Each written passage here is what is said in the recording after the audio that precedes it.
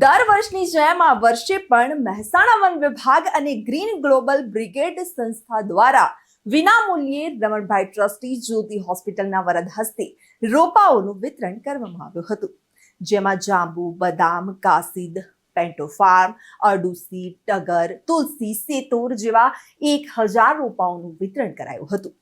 સૌપ્રથમ આવેલ મહેમાનોને પુષ્પગુચ્છ આપી સ્વાગત કરવામાં આવ્યું હતું અને ત્યારબાદ રોપાઓ વિતરણ કરવામાં આવ્યા હતા. તેમજ ગ્રીન ગ્લોબલમાં સેવા આપનાર બાળકોને સર્ટિફિકેટ આપી સન્માનિત પણ કરવામાં આવ્યા હતા. આ દરમિયાન મહેમાનોએ પ્રસંગ અનુરૂપ પ્રવચન આપ્યું હતું તેમજ ગંગા સ્વરૂપા બહેનોને કરિયાણાની કીટ આપવામાં આવી હતી. આ પ્રસંગે જ્યોતિ હોસ્પિટલ ટ્રસ્ટી રમણ કાકા, જીઆઈડીસી પ્રમુખ શંકરભાઈ પટેલ, ભારત વિકાસ પરિષદ પ્રમુખ ડોક્ટર જયેશભાઈ શુક્લા, પ્રમુખ સિનિયર સિટીઝન કાઉન્સિલ ડોક્ટર જે.એન. ઝવેરી, વિસનગર જિલ્લા પર્યાવરણ સંઘ ગતિવિધિ સંયોજક ઉર્વેશભાઈ પટેલ, ગોસા પ્રમુખ રોટરી ક્લબ સંજયભાઈ પટેલ, સામાજિક આગેવાનો સહિત પર્યાવરણ પ્રેમીઓ, સ્થાનિક ભાઈઓ અને બહેનો ઉપસ્થિત રહ્યા હતા. વરસાદ બહુ સારો પડી રહ્યો છે. છેલ્લા 15 દિવસથી, છેલ્લા 18 વર્ષથી અમારું આ મફત છોડ વિતરણ કેમ્પ તિરુપતિ ફાઉન્ડેશનમાં અમે ચલાવી રહ્યા છીએ. દર વર્ષે 8 થી 10,000 છોડ શપથ લઈને દર ઘરે એક મળે એ રીતનું આયોજન છેલ્લા 18 વર્ષથી જે કરતા હતા એના ભાગરૂપે આજે આ 10,000 છોડ વિતરણની શરૂઆત આજથી અમે કરી છે.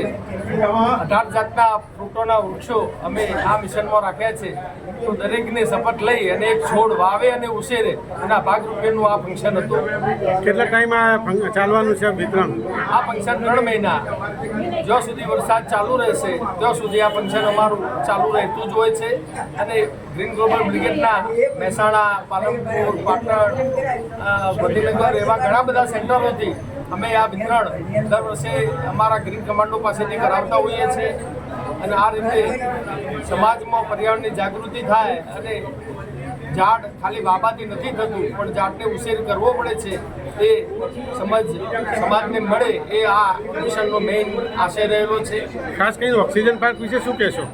ઓક્સિજન પાર્ક છેલ્લા 5-6 વર્ષથી સરકાર જાગી છે અને અમદાવાદનો પહેલો ઓક્સિજન પાર્ક સાયન્સ સિટી ઉપર બનાવ્યો હતો. એ પછી અમે મુસીબરમાં 10 ઓક્સિજન પાર્ક બનાવ્યા. આજે સરકાર વન કવચના ભાગરૂપે દરેક જિલ્લામાં અને દરેક તાલુકામાં 10,000 છોડનું વન કવચ બનાવી રહ્યું છે.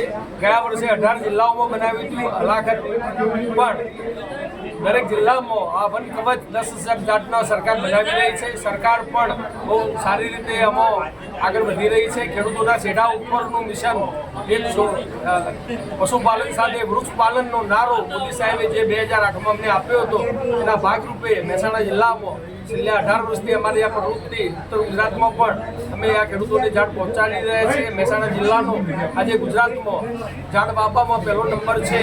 તો એ આશે એનો જસ આ પશુપાલન સાથે વૃક્ષપાલનને નારાને જાય છે.